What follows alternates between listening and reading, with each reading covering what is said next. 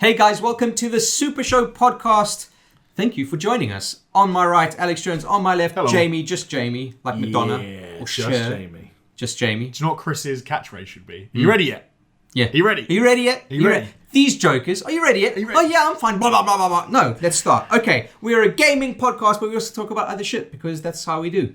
And we've got lots to talk about today. It's been quite a busy week in gaming. Yeah, and in our lives. And in our lives, yeah. I've been too busy gaming, and so I've followed none of the news. Bullshit. That's a fucking lie. It's true. I've done more gaming in the last week than I have in... All right, well, So you've done more than half an hour.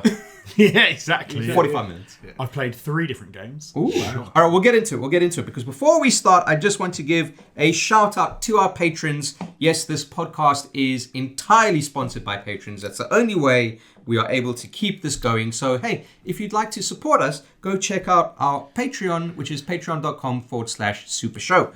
Technically our bosses. Yeah, you're our Think about bosses it. if you want to be. You are...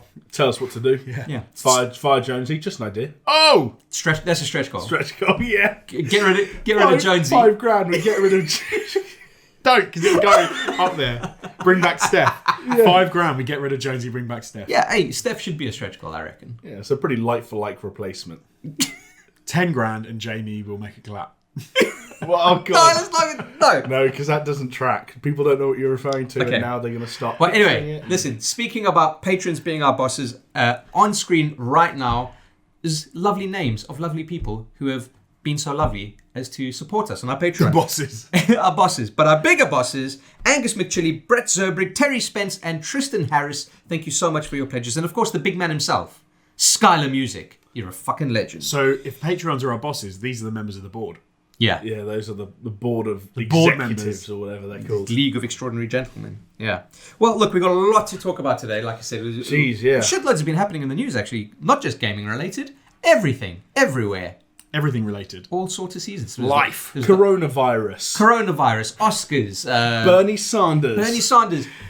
Galaxy Samsung Galaxy phones. But before we get into any of that, let's jump into what we've been doing in the last week with ourselves.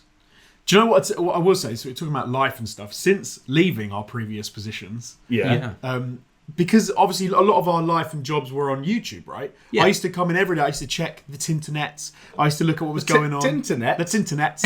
I used to be on YouTube looking at the news. I haven't done that for ages. Now I just make breakfast for like 2 hours in the morning. Yeah, I hardly look at YouTube anymore. It's ridiculous. You say all this stuff's going on. I've got no bloody idea. Yeah, but that's only because I had a fucking hot panic last night thinking, what are we going to talk about? It's Let me funny. go onto the internet. I'm the total opposite, where now the parts of my life that used to be condensed down to like 7 p.m. till 1 a.m. every day are now just stretched out across the whole day. All I'm doing is spending time on YouTube and Reddit and Discord And Pornhub. well, Well, you slip that in every now and then, but you have to rest. That's the thing. You have to build it down. having said that though, yes, once again, we are in my masturbatorium. We are Chris's indeed. fancy It masturbatorium. feels like a home away from home now. Well, does. it Just is 2 weeks in. literally my home, so... Well, I'm saying now it's my home away from home. So Yeah. if there is a There we go. spare bedroom, Which there is. I'm There just is. saying Can sleep on the floor. bunk up. And I that can- kid has got the biggest room I've ever seen, so there's plenty of space. Exactly. I can sleep on the floor. I'm very flexible. I feel like you and I both could sleep on the floor and still be plenty of space with it. Who's Big Spoon? Baby? I think we'd lie apart. I think there's central, Opposite ends of the room. central heating now, Chris. You don't need to Is it conserve bad that I warmth. was actually going to answer that seriously? Which is to say, I don't think I could be anyone's big spoon anymore. They'd be about 3 feet away from me. Like my arm couldn't go around them. Couldn't reach all the way. Yeah, okay, but imagine if I was the big spoon to your little spoon. It would just be like you're giving me a piggyback. Yeah, but there's something. Oh, you just put that image in my head of you two naked spooning, and I don't want to see it. Chris's face is just. He's a quiver with pleasure. What's the thing in Mallrats? They talk about being the big spoon, and then you've got your arm, and you don't know where to put your lower arm because you can't. Oh put it yeah, in between. you put it under them, and then you wake up with all the blood drained from your arm. Yeah, and then you have to and then you can do amputate the stranger in the morning. No. It's too far gone. You've got to chop off your arm. You have to chop the arm off. Isn't it so weird when you wake up in the morning with a completely dead arm and you're just slapping it? Like, what is going on? Yeah, but it's I do kind of that exciting. regularly. Every time you're like amazed. You're like, wow, I and you're freak out. smacking it. I think it might not come back to life. What if it's I like dangle that, it off the edge of the bed to let the blood drip. what if it's that mid 90s movie classic Idle Hands where the devil takes over your jerking off hand? Is that what that Keanu Reeves film was about? Keanu No. Reeves and Al Pacino. No.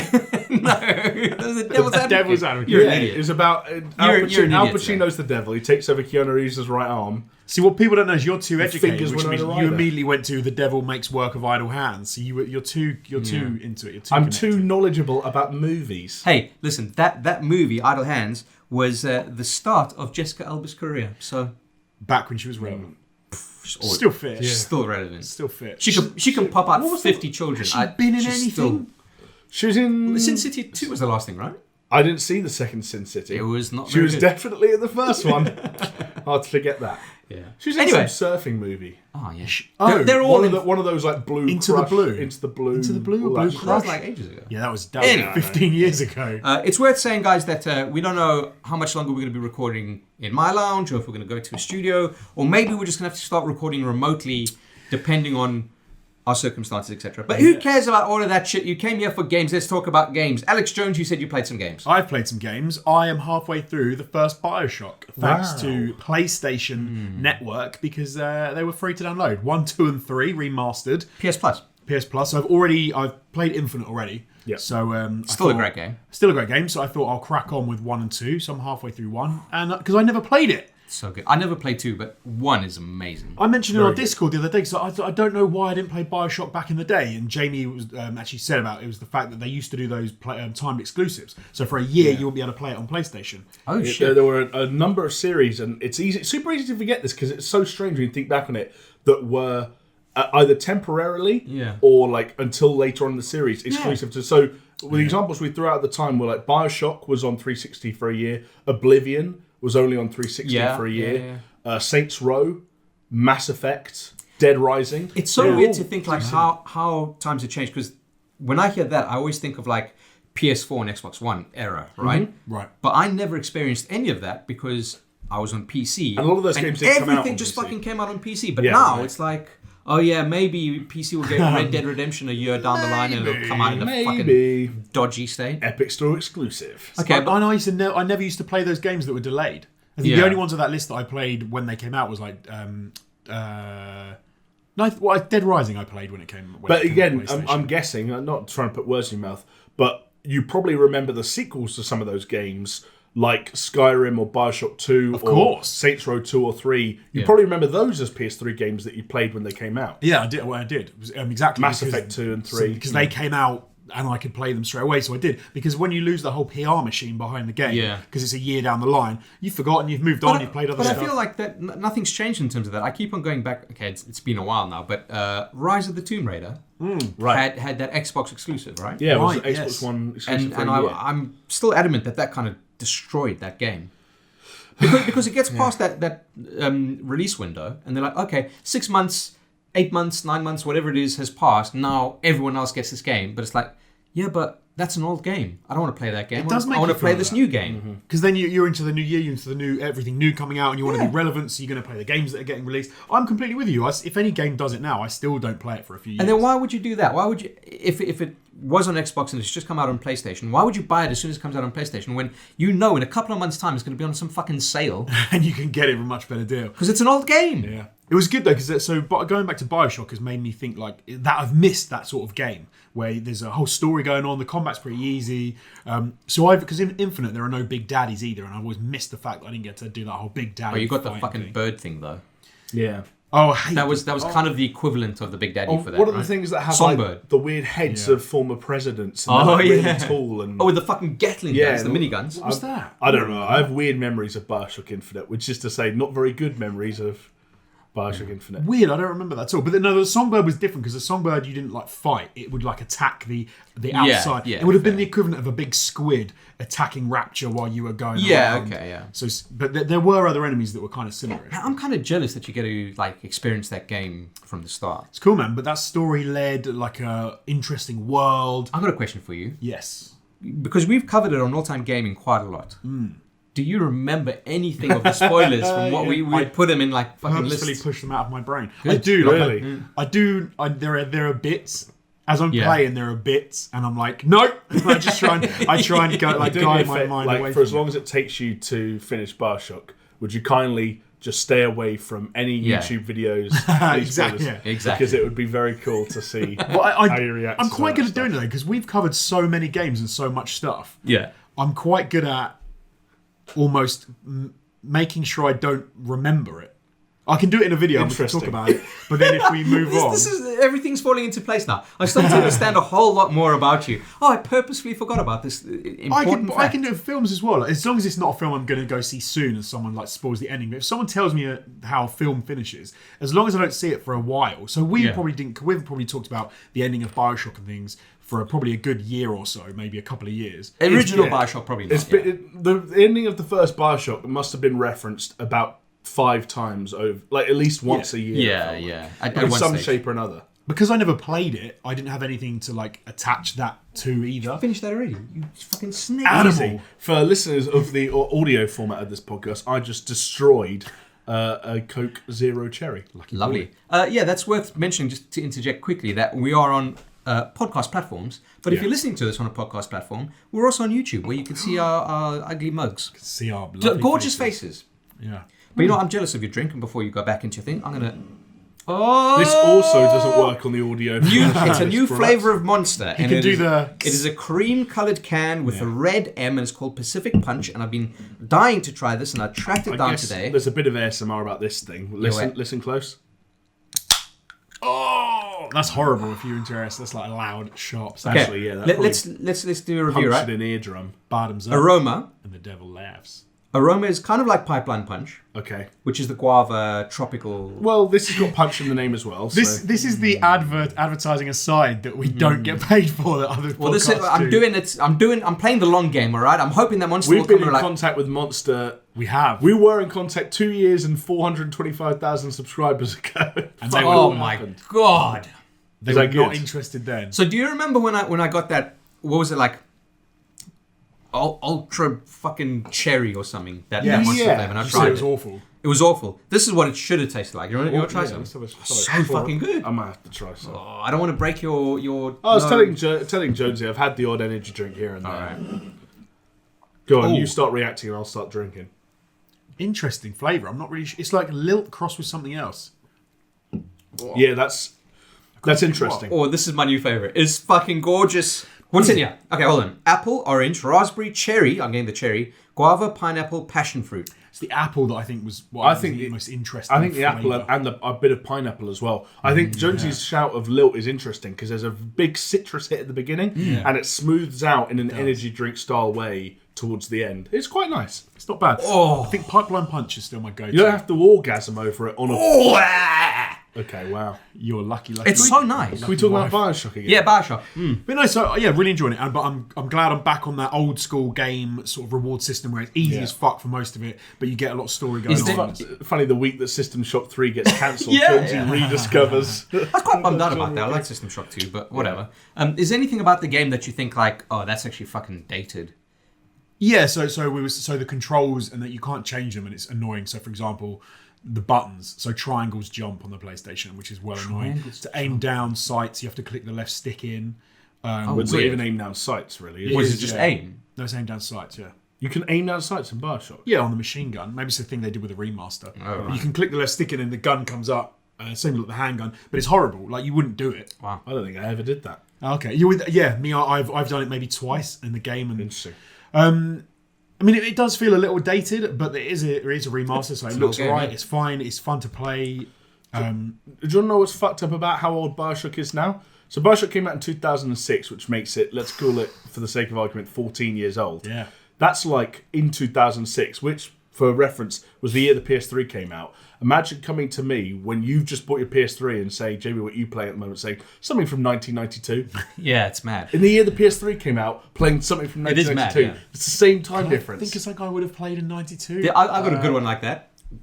We are further away from that 70s show than that 70s show was away from the 70s. That's strange as well, yeah. It'd be more strange if I ever watched that Is that show. possible? Yeah, think about it. That 70s show started, what, like end of the 90s? Oh, that makes me feel weird. So yeah, that's 20 plus years ago. Yeah. And that 70s show is always like, that and Scrubs are my go-to background TV shows.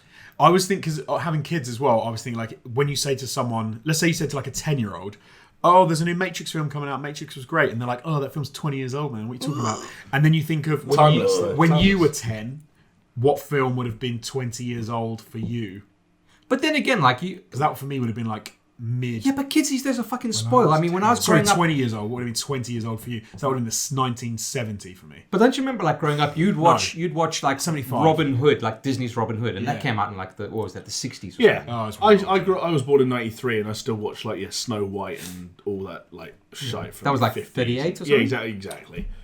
On VHS, I used to chew the spines of them because they had a nice plastic cover. Great. Yeah, nice place to go. All right. I've also been playing a bit of Apex Season 4. Got the little battle pass. Before you get into that, though, because you said you've been playing 2 main games, right? What happened to your Death Stranding? I thought you were meant to finish it. No, I'm still playing Death Stranding as well. So that's my third game. So I'm still playing Death Stranding, but So 3 games. Well, I guess Apex doesn't really count because that's like hop in, hop out, right? that was a hop in, hop out. I played a bit with Jamie, played a bit with Steph. We played a little bit with as well. didn't we? Martin as well. I've been trying to get on to play with you guys, but it's personal stuff just gets in the way, man. There's been a recent uptick of Apex playing in our kind of group where, like, Martin's always been pretty consistent, and I would sort of drop in and out. But for a while there, it felt like it was just Martin and I. And then you and Steph kind of came back. You've shown an interest. Oh, I get. And Release a new season and fucking anything's possible, right? Yeah. Even I saw Sam from 101 Facts was playing on. I think probably on his own. Yes. Okay. You know what the other thing is, of course. on his own. No team. Because he's a loner. Immediately leaves the team he's with and just goes lone wolf. But yeah, I mean, I guess we've got the time for it. Presumably, I don't. We? Yeah. You haven't played it once? I know, it's fucking ridiculous. It's funny though, because you're talking about. So one of the things I like about the Bioshock sort of thing, the old game thing, is so Death Stranding. If you play for 4 hours, you're getting nowhere. You're not doing anything. You're doing a few missions. Nothing's progressing. It'll be boring for me to talk about. Bioshock, you go to a new area. I'm halfway through the game in 4 hours. Like, it's madness. Yeah. So, and in another 6 hours, probably, maybe 6, I'll probably have finished it. Yeah, probably. I remember I bought that game in Dubai. This is the first time I ever went to the Middle East. Went for a holiday, and yeah, it's kind of a weird time. But didn't have you down as a Dubai guy. Dubai. I don't fucking know. All right, Apex, yeah. Oh, they're doing duos as part of the Valentine's thing. They're bringing back duos. Oh. I think it'd be more appropriate to do solos as part of Valentine's Day. Isn't that how most people celebrate? Speak for yourself. Well, man. hey, it's also you're outnumbered, The yeah. day of St. Valentine? It's Valentine's Day. Go for the threesome. You know, there's a few times a year. True, yeah. Put it forward. If ever there was a day in the calendar, Don't where you change might it. be able to. That would be a great mode, like the Devil's Threesome. Why is it got to be that? Yeah. I don't know. Chris. Oh, no, actually, I'm not going to say that now. I'm trying to clean up. If they make you have, so you can select Devil's Threesome or normal threesome, and then you can select the characters. You've got to be 2 women and a guy, or Does 2 Devil's guys and a girl. Threesome mean it's 2 blokes? 2 guys and a girl, yeah. Yeah, no, I couldn't do it. But imagine on Apex, they make you pick 2 guys and 1 woman, so you can only be like... are the robots allowed? Is that count? Yeah, because the robots are was there one? They're male There's 2 robots. There's 2 robots yeah. now. Revenant. A Revenant. Of course, Rev. Good old Rev. Big up the Rev. Man, but yeah, I'm dying to get back into Apex. It's fucking ridiculous. Do you know I how doubt shit that. I am? Well, I said yesterday on the WhatsApp group, Jonesy was like, "Oh, anyone want to play some Apex?" I said, "Jonesy, I'd probably have to do the tutorial again because I don't remember how to play that game." I It's had been my such a long second time. win ever the other day. Oh, well, that's good. With 2 randoms, because one of the guys on our team was quality. Jono revived both of us. Revived me. I think I was down once and he picked me up, and then I actually went to the point where I had to get my banner and call me back in. Right, yeah. Once. And same with the other guy. That's all right though. I mean, that's the flow of the game, man. Like, I think I got 2 kills in that entire game, and he got like 7. yeah, but you'll probably find that dude that got 7. So he's matchmaked into your matchmaking group. So glad. But if he matchmakes into a better matchmaking group, he's the dude that gets revived. Do you know what I mean? Yes. Like, I know what you mean. That's just the nature of it. Well, and Jamie and I we played, didn't we? We had a few games on the We trot. had one shocking session, where we did. played, I think, 6 matches and did horribly. Oh. I've gotten worse. I've definitely, because I forget how you're supposed to play those games. So I try and play it like, I'll try and sort of scope out where they are, take my time, pick shots and all that sort of thing. Nah. And then I just get murked by some 14-year-olds. Yeah. They're ridiculous. You know what you got to do? You got to watch a whole bunch of, say, Shroud, Dr. Disrespect, blah, blah, blah. Not for anything like skill-wise or anything, but just to understand how they flow with the game. Yes. Because it's something that I've been thinking of, trying to like psych myself up for getting back into Apex. But it really is just like, use your bullets as a resource, and if you're not using your bullets, you're wasting your resource, right? So that's right. That's a good way to think about it. because I was watching those guys. I was watching Dr. Disrespect specifically, and he was just fucking spraying everywhere. Like, obviously he knows what he's doing and he's aiming, and those sprays are fucking going somewhere. But the point is, the dude is never static and he's never not shooting. Right, I see what you mean. Yeah. Like, as soon as someone is in his vicinity, fucking shooting. But he's on point, whereas I'd probably be fucking shooting the sky. That's because that's kind of like the lesson we all learned very quickly in PUBG, right? Which is that loot is more or less complete. There are certain zones that are better than others, but loot is for the most part random. The only guaranteed way of the game to get the best share of loot is to kill other teams. Yeah. Because every team you kill, you end up getting a combination of the best of your loot and the best of theirs. The more of that you do. Which is why we used to lose all the time. The amount of times I got second or third place finishes in Season 1, I lost count.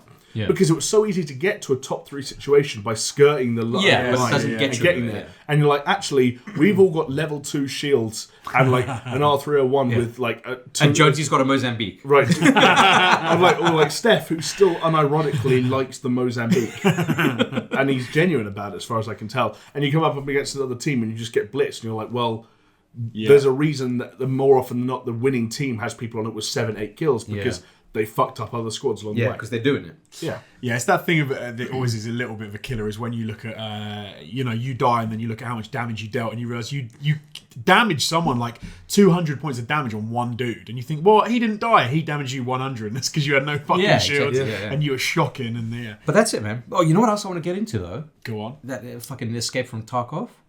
Oh, yeah. What's that? That's like hard, like PUBG, but hardcore. Oh, I don't want to play that then.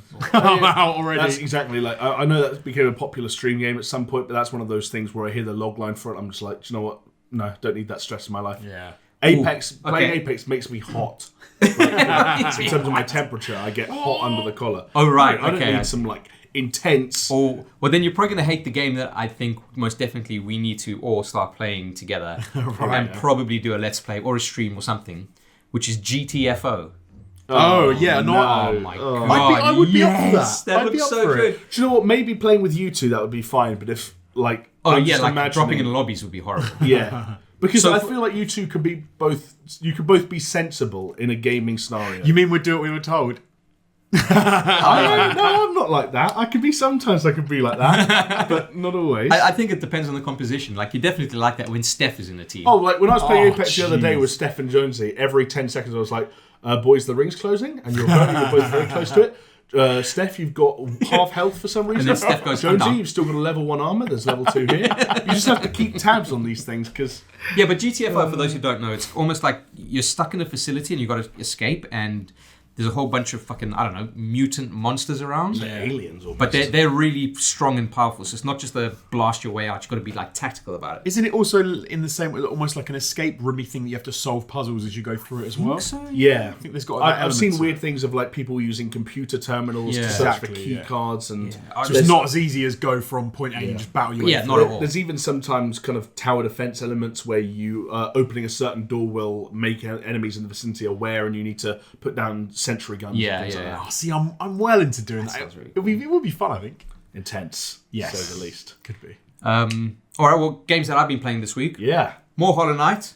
Okay, yeah. All right, really chip. I'm probably about halfway now, I reckon. Okay, that's no small undertaking. It's not bad. I've taken out only. So there's 3 dreamers you got to kill, and then after you kill the dreamers, you get to kill the Hollow Knight. Right. But I've only killed 1 dreamer, but I've done a lot.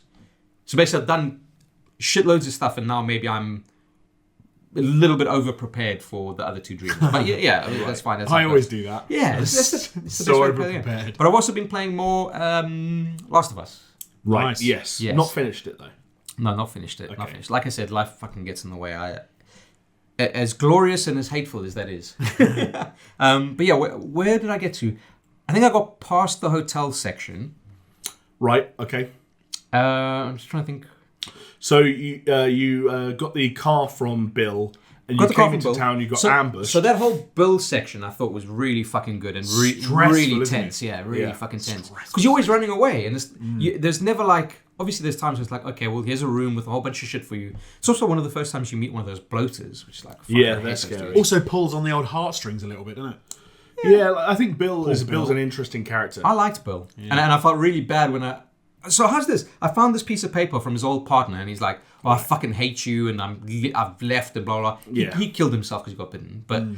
And then I'm like, oh, okay, well, I'll probably just keep this from Bill, whatever. And I walk into the room, we're going to leave with the fucking car. And then the little prompt says, oh, talk to Bill. I was like, okay, talk to Bill. And then fucking Joel goes, oh, yeah, here's this letter from your partner. He fucking hates you. It's like, why did you do that, you scumbag? Well, But did he do that on purpose? Did the guy do it on purpose because he knew he was going to die? And so he did it to be like, I hate you, and then he went to kill himself? Well, he got bitten. Yeah. No, but his whole thing was because he had stolen the engine that Bill was always talking about because he wanted to leave Bill. Oh, right. And then as he was escaping, he got bitten. And then in the thing, he was like, even death is better than fucking spending another minute with you, Oh, that Bill. was You it. Yeah. fucking... I kind of just feel sorry for Bill, really. I liked him. Yeah. He's a cool character. But you haven't met the brothers yet. No, I haven't met the brothers. Okay. So I think, you spend a little bit of protracted amount of time kind of in that slightly more urban area after you get ambushed in the car. Yeah, so I've done all of that. I've done all the ambush. Followed them into the hotel. I've cleared the hotel. I've done that. Yeah. And I think that's probably where I'm at. Okay. It gets good. So maybe like This is where it 40% gets of the way? that sounds plausible. Yeah. It's, I'm chipping away, guys. The Last of Us is structured really cleverly where I think there are elements of it where obviously there's a linear progression through the game. Yeah. But what they're very good at doing is putting in story beats along the path so that every time it feels like it's becoming a story of two people going from A to B and killing anyone along that route, there's like another little bump where like, actually, here's this angle, this angle. And then they do another thing, which I won't remind you because you've probably seen it in our videos, ironically. Yeah. But hopefully it'll be fresh. I don't have the Alex Jones effect of forgetting shit. There's a thing about 2/3 of the way through where it's like, right, the journey's been going on for so long. We've had side characters. We've had more emotional moments. But again, now it's starting to once again feel like the two people going on a journey, and then it does something not completely different, but it's like we're gonna switch things up here. We're gonna take a different look at this, and it's just very good at giving you something else to thrive off every sort of hour or two. Yeah. I think any time I think you could think it could get stale if it kept it up. It changes it up. Yeah, Like, I think story wise, like top notch. But I was saying to Jamie the other day, like playing it, I can see why people like it, and it is very much a good game. I do not think it's a game of the decade kind of thing. It was for me, I think, but it's one of those weird ones because you've got to put. You have to put everything into context because when you take something like the gunplay and the gun control is not amazing. It's not amazing, but it's not bad. It's not bad, but I think when you take it in its entirety, when you finish the game, I'll be interested to know what you think. Yeah, because I think The Last of Us, when I think back on it, it's representative of where Naughty Dog were at the time in terms of like mechanically. Yeah. And I think you only have to look at Uncharted 4, which I think only came out like technically 3 years afterwards, to see the improvements they made in terms of especially animations and the fluidity of the gameplay and the combat.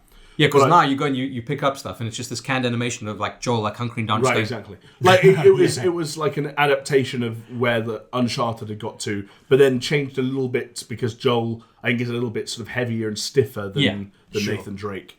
But I hope, and we'll see next week or the week after, that it's kind of like the maturity and sort of the weight of some of those more dramatic moments that they've lasted the test of time. Yeah, we'll see. I think I'll be surprised if they haven't. To be fair, I'll be interested. Interested to know where you come down with it. Hopefully, from next week, I'll be able to say that I've played some Apex with you guys, that I've finished Last of Us, and I used to enjoy the multiplayer. I thought that had a good. It was a very factions or something like that. Yeah, it was a very. I think it was a bit like, Marmite, you either love it or you hate it. It was one of those where it was, I could see why people fucking hated it because it was slow and you had to be considered and you had to watch if you made too much sound, and the teams were quite small, so it was like quite intense. But you had some really cool moments. When you can remember moments from games for a long time, I think that means that you had it was a pretty good game. Usually a pretty good sign. Okay, here's a question for you guys. Should I bother playing that Left Behind DLC? Yes. Yeah, because it's short enough and it's simple enough, and I think it adds nice context to Ellie. It fleshes out Ellie as a character, and obviously we know that she's going to be important, extremely important to The Last of Us Part 2. Yeah. I think the more kind of context you have for her and her journey, probably the better. Yeah, cool. Like Joel is not one-dimensional, but Joel's Joel. Joel. Like when I saw Joel in that Last of Us 2 trailer, I was like, oh, it's Joel. I was going to say know that something. guy. Then. I was about to say something, which is like a complete spoiler. But I'm not. And I'll probably remember it from our video. Yeah, you're doing what Jonesy did with Bioshock. You're just blocking it out. You're like, No, I remember it. Is what I'm saying. Like nothing's blocked out. well, we don't need to spoil it for any people that somehow are still 7 years behind on. Anyway, so that's what I've been playing. What about you, Jamie? I got one big thing finally off my list in the form of Ghost Recon Breakpoint. Done and dusted. Done and dusted. Woo! It's funny. Does it feel good? Oh god, it was such a relief because Jonesy. It's funny. Jonesy sent me a message on PlayStation the other day while I was playing it. Just said, "Ghost Recon, yeah." And it made me realise that while I haven't talked about it that much on this podcast, I've been playing Ghost Recon Breakpoint on and off since the first week of January. Wow. This was a month-long ordeal. So you've been playing it like a Jonesy and a Chris play game. Basically, yeah. Squirrel gaming. Remember what I said? Squirrel gaming. It is, yeah. You store it in your cheeks and you nibble away. Put away a nut and then carrot and play something else and then come back. I'm good at putting away nuts. Oh, Jesus. There's something very strange about that game. It's very troubling when you keep kind of making apologies and excuses for a game that constantly betrays your trust. And that's what Ghost Recon Breakpoint continued to do. The Ubisoft story. In some ways, certainly the recent Ubisoft story. But for some reason, there was something, I think because there is a hook to that game. Right. Much in the same way there was kind of a hook to Wildlands for anyone that played that. There was a voice in my head that just said, just keep chipping tapping away. Yeah, exactly. Keep chipping away. And sure enough, I kind of, the end was in sight. And I just... Sorry, the screen's gone a bit funny. Do you want to just move the mouse there quick and then let's carry on? Yeah, apologies to audio listeners. There we go. Making sure we're still actually recording everything. It's stressful, man. We don't have a good track record with technical bullshit. It's true, actually. Technical difficulties. But basically, yeah, the end was in sight, and I was like, do you know what? I'm just going to fucking blitz this thing. And I did. And reached a conclusion that was as unsatisfying, more unsatisfying than I could possibly imagine. So did you murder John Bernthal? Do you want to know what's fucked up? Can I tell you something about John Bernthal? Tell me something about John Bernthal. So this game, Ghost Recon Breakpoint, you can tell when they're making this game, they said, look, here's fucking Wildlands, make another one, but just do some different shit. Right. And so copy my homework, but make it a bit different. And someone that was sitting in the back of that meeting with his Nintendo Switch out, playing Breath of the Wild, goes into the next meeting saying, what should we write? What should we do different? And he says, what if we had a thing where you could like go and do important story stuff whenever you wanted, technically? So the mission to kill John Bernthal is given to you immediately. You get given that mission 15 minutes in. You get a mission in your fucking mission section saying, hey, go and kill John Bernthal. You don't know where he is. And there's it says recommended gear 150 or something like that. Right. So in theory, you should be 20 to 25 hours away from killing John Bernthal. I decided to go and kill John fucking Bernthal. And I did it. And I just I was 2/3 of the way through the game. And I just found John Bernthal and get an important cutscene. And I killed him. And that was it. And that's when I realised John Bernthal in the flesh, in real time, like in present day, is in Ghost Recon Breakpoint for 30 seconds. Every single other look at him is a flashback. Because you can kill him from 5 minutes into the game. So after you killed him, do you still get flashbacks of him? Yeah. So then and he's still referred to.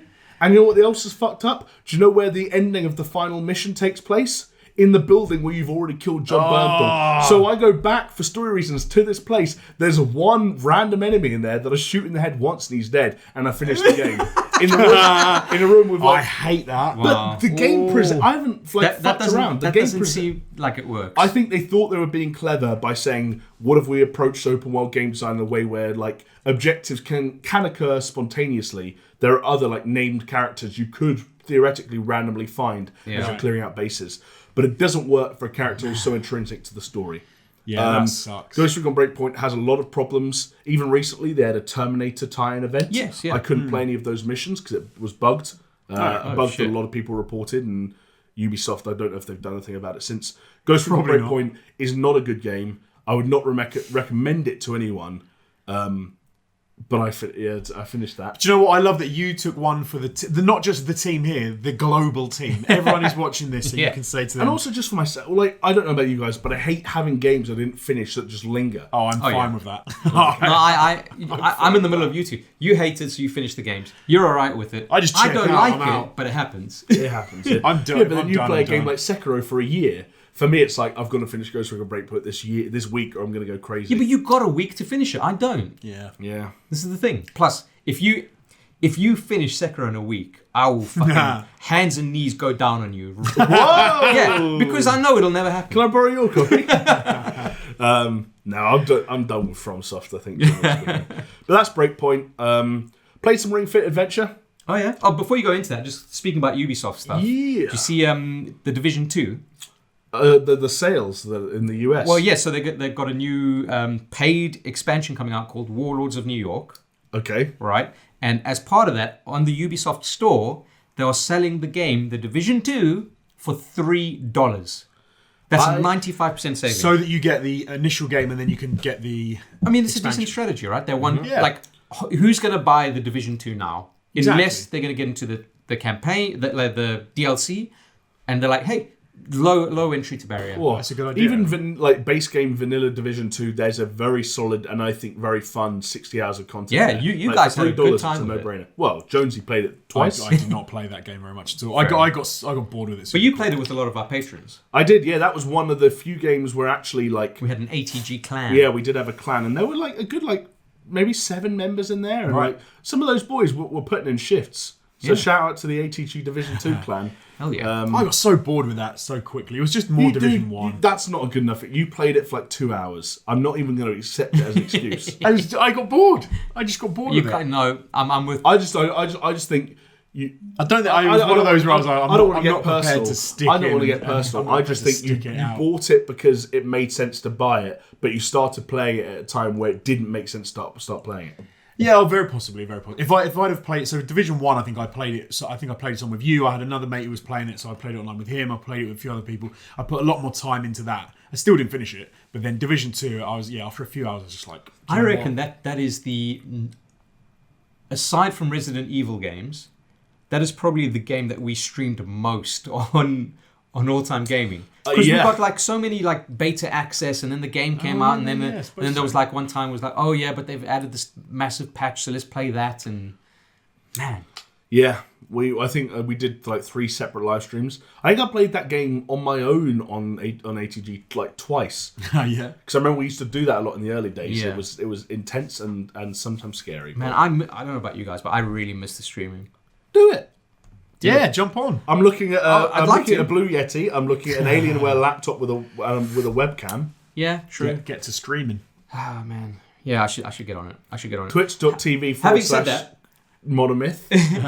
well, maybe Hot Panic Well, Gaming. yeah, exactly. Panic. Yeah, that'd be. I don't want to spoil your branding. I wanted you to announce it in your Yeah, own time. sure. But on that front though, before you get into your Ring Fit adventure, Ring Fit is a horrible ordering of words. It is Ring Fit. isn't that what it is called? Oh yeah, it just Oh, sounds okay, Sounds bad. because it Yeah. makes you Ring wonder. fit. Because then you ask someone, "What can you fit in your ring?" And that's a rabbit hole you don't want to go down. It's a whole Literally adventure. and Or someone says, "How fit are you?" and you go, "Ring fit." Like, I don't know what that means. I don't know what that means. Tragic. Anyway, I think we've discussed it, and when Resident Evil 3 comes out, we'd like to do a let's play of it, Yes. Yeah. which I would For imagine. old time's sake. Yeah, so if we can, I'm sure we can manage it. We would play the whole game. We wouldn't stream it. We'd do a let's play. So we'd edit it nice and tight, like the good old days. Chris, With the ring. like Chris tight.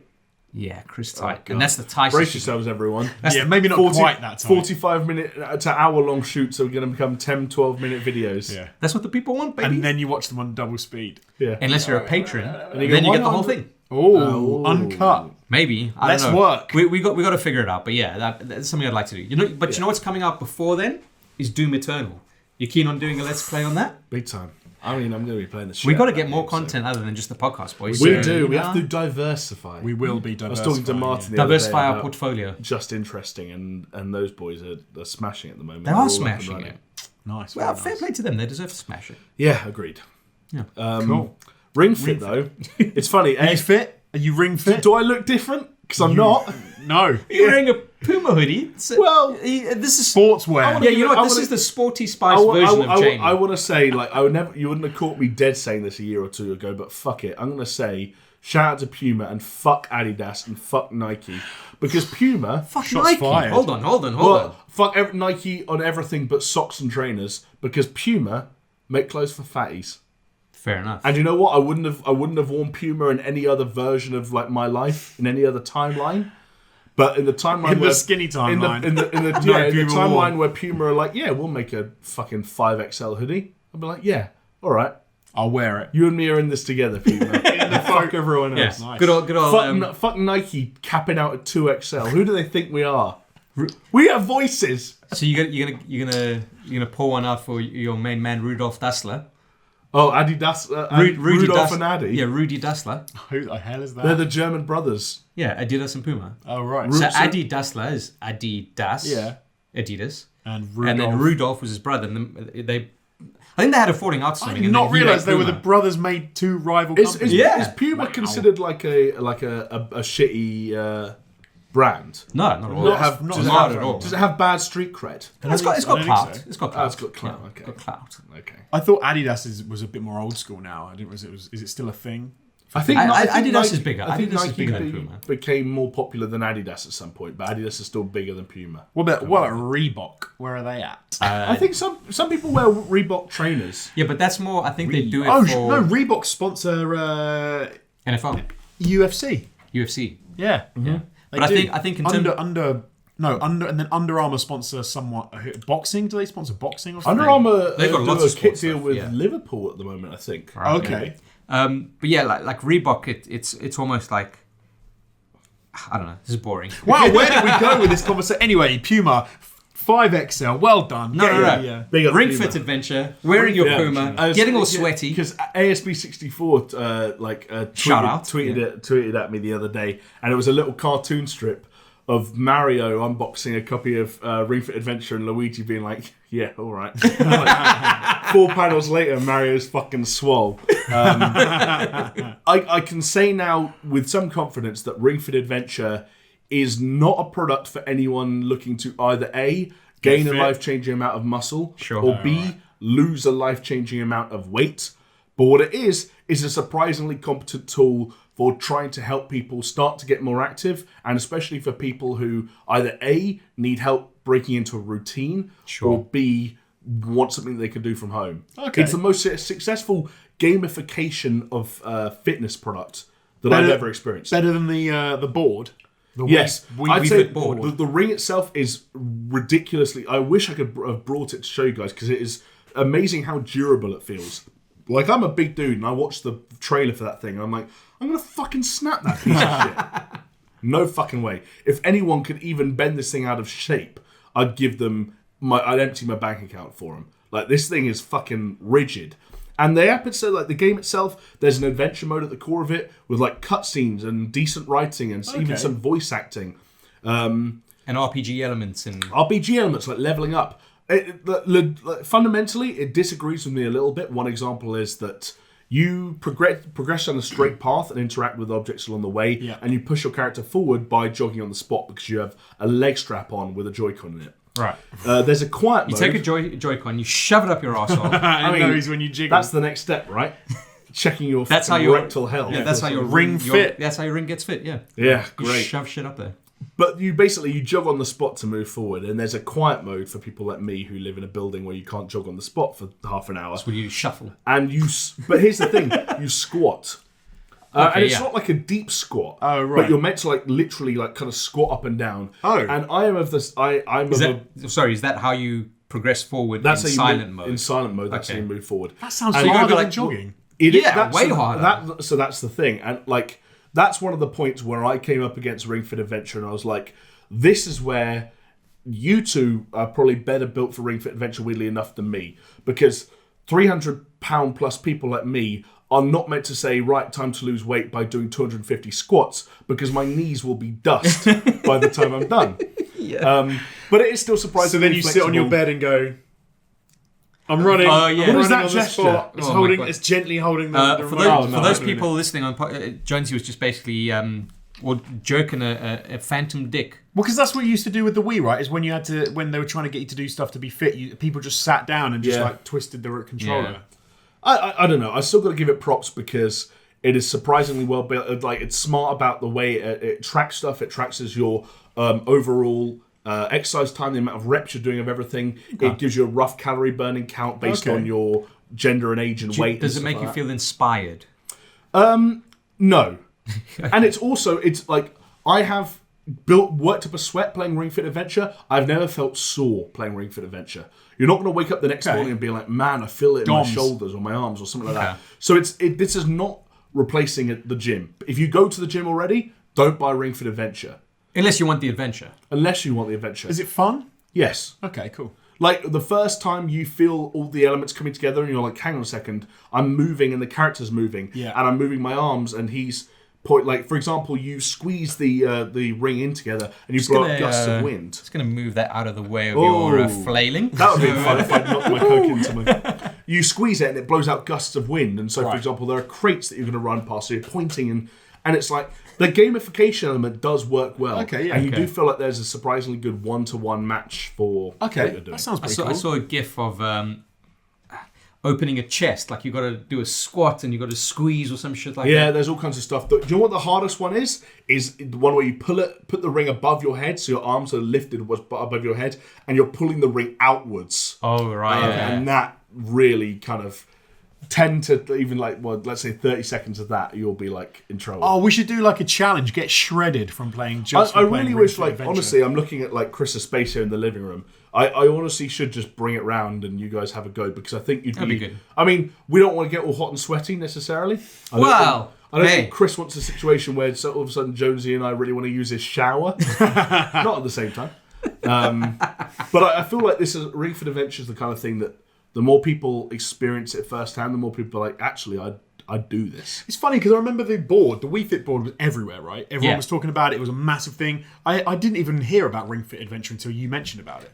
I first heard about it because I was reading reports about it being out of stock everywhere. Yeah. Right. And I had to wait a month to get mine. Oh, so maybe I'm one of the people who just didn't see the PR for it. I don't know. Well, there was some other stuff that you wanted to talk about. I'll rattle it off quickly because I know we're talking a lot about just games. Oh man! Hey, but it's a gaming part. Like I guess I don't get stressed. I know I'm the clock keeper. Yeah. Right, and I've got a watch today to kind of like stopwatch it. But I don't get bothered by it because this is good stuff that we're talking about. I suppose so. There are a lot of people in the comments who say, "Oh, I could listen to you guys talk for 4 hours," and we're not looking to test that necessarily. But I think we always came from a school of thought when the environment we used to work in, where it's like, "Hey, shorter's probably better."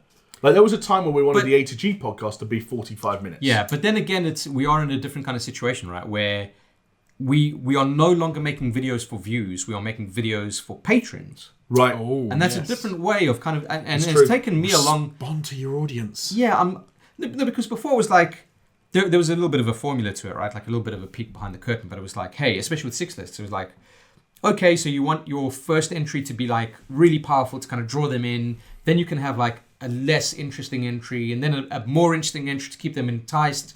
And then you want to... Finish strong. Well, no, you don't want to finish strong. Do you not? No, you want to finish strong just before the last one. So number 5 would be stronger than number 6. Because the thinking was, if they got to number 5, then it doesn't matter what 6 is, that you've got them, they're going to watch it. See, I always made sure with all-time 10s, we knew that the 1 had to be strong, because you had to finish strong. Otherwise they'd go, oh, this is shit. Sounds like redundancy to me. Anyway. Wow. Strong. Well, if it's any consolation, the next 2 things have a hint of exclusivity about them. The first thing is Project X Cloud. Yes. Ah, yeah, Microsoft's cloud-based service. Right, exactly. I got my first exposure to how xCloud specifically works, but also kind of since OnLive, I guess, my first exposure to this new wave of cloud gaming. Yeah. What device were you on? I was one of the lucky 10,000 people to be accepted into the iOS ring of Project X Cloud, which, from what I understand, works a little bit differently. It sounds like Microsoft, much like Steam, kind of... hit a wall with a couple of years ago, are struggling to figure out how to iterate it in a way that agrees with Apple's policies. Right. Which means at the moment it is not a standalone app. You're doing it through Apple's test flight service and getting a beta version of the app, which only has 1 game on it. Because I think which is the Master Chief Collection. Right. So what I did was I fired up the remaster version of the first Halo and played the second mission, the one where you actually land on the Halo and kind of run around. For me, I don't know if it was a Wi-Fi issue, my speeds or whatnot, I did feel a noticeable input lag. Oh, okay. But it was still impressive how good it looked, especially on a smaller screen. Yeah. I guess there probably were fluctuations in resolution. The input lag could also be the fact that it's going through Apple's service. It's Right, exactly. Because you're adding in another step to what should be a simple there was also the step of like I was playing on an Xbox One controller connected to the iPhone via Bluetooth. There were a lot of elements that like my world changed before the finished product sees release. It was also just the pure xCloud version of xCloud, so playing it off a cloud server. Yeah. There was none of the connecting to an Xbox One stuff in this version of it. Yeah. But again, it was interesting. And the first time, it takes you a second or two to adjust to the fact like this is full on that game. This is the console experience shrunk down onto my iPhone, and it was kind of cool. But it's early. It's early. Yeah, it's early. Well, yeah. On that front, there's you see, GeForce Now is kind of really doing some cool things. So I think it was like only $5. They'll probably increase it at some point. But they're saying like, hey, this will get you a 20 series RTX card to play games at. So you play games with a 2080 basically streamed to your, I think that's Android, PC, Mac, probably, I don't know if they've got it on consoles. But yeah, like it's interesting when I was reading all about the GeForce stuff that GeForce Now is basically what Stadia should have been. Remember, was it last week or the week before in the podcast where we said we don't understand why Google didn't shut up, make the product as good as it could be, and then sell it, which is kind of what Nvidia has done to a kind of a degree. I mean, they've always had GeForce Now, and yes, they've advertised it, and in different iterations, especially through their Shield devices.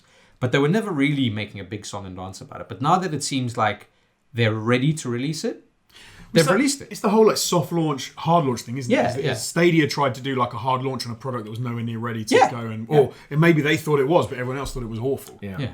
And it's interesting. But the flip side of that is news came in. What was it? Yesterday or today?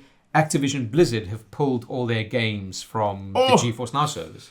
Yeah. Which makes you think that they probably think that they could figure out some kind of an exclusivity deal with one of the companies, or they're just going to do their own kind of thing. Yeah, you're going to get loads of or maybe just leaving their options open and like trying to remain sort of somewhat agnostic in the short term until they know what they want to do. Yeah. I don't think that's a huge loss for GeForce Now, though. I think the positive press that GeForce Now has received in the last 1 or 2 weeks is surprising and like in an encouraging way. Yeah. Really good. I think one of the key things I heard about that product was, I can't remember where it came from, like a quote or an FAQ or something like that, and someone said, hey, why is there no kind of GeForce Now store, so to speak? And they said, well, basically, we were communicating a lot with our customers and our testers during development of GeForce Now. We said to them at some point, do you want a store place where you can buy games from us to stream them? And everyone said no. So they found a way to allow people to stream most of their Steam library. Yeah. And that's it. It's game over. Yeah. You buy the service, fucking $5, and you connect it to your Steam library, and then wherever you are, boom, there you go. Yeah. I mean, it's not all the games, to be fair, but... And that's where Stadia fucked it. Because they want more than $5 for the only version of Stadia available at the moment, and they want you to buy every game you play. But I also feel that like with fucking Farming Simulator and Samurai Showdown. But I also feel like... Shove it up your ass. But with Stadia, it also felt that like they were trying to do too much stuff that had never been seen before. Oh yeah, you could watch a streamer play this game, and then in that stream you can buy the game, and then you can jump in from his save file straight away. Yeah. When in reality, all you have to do is fucking have a good streaming service, which they didn't have. It's funny though, because it's not that dissimilar, right? What Nvidia are trying to do and what Stadia are doing is not that dissimilar. The only difference, if you're saying like you can stream your Steam library, you've already bought all the games. The difference is that Nvidia aren't asking you to re-buy the games, whereas Google are saying, oh yeah, you now need to buy all of these games independently. Yeah. Your Steam library you already own. If Google had done something, just turned around and done the same thing with Steam, then you would have been able to do it anyway. But so that's a much smarter way of doing it. Because the problem is, like we've always said with Stadia, is nobody's going on there to pay money for the pro version of the thing to then buy games. It's ridiculous. Nobody's going to do it. Yeah. Especially on the off chance that the whole service is killed within a year to 18 months, and then nobody can play any game anyway. Google killed it. And then you'll have people trying to get refunds and sue them and all sorts of shit. Yeah. Anyway, there was something else I was going to talk about. Like I said, with a hint of exclusivity about it. Ooh. Spicy. People who listen to the podcast or even watch the podcast very closely might have noticed that I think maybe like a couple of weeks ago, maybe even 3 weeks ago at this point, I referenced that I'd recently been on a trip to Poland. Yes. And as of now, as you're watching and or listening to this, we can talk about what I was there for. The reason. Oh, and prostitution. Well, that was kind of like a side little venture. That was something I do. A side venture. Yeah, he well, just he's stuck, a pimp. Yeah, he stuck it in the side. You always browse the local. When we were in Nightlife has to offer. Cologne, you know, Cologne has Here we go. the biggest brothel in the world. Is it in the world? I did not know that. Biggest brothel in Europe or something like that. Definitely Europe, maybe the world. Okay. Yeah, it's like fucking 5 stories and there's a nightclub on the top Is that as where well. Jamie was staying? Couldn't peel him away from the place. This I want to say for anyone that can't detect the sarcasm, this is not true. I've never paid for it, nor would I. Would I be paid for it?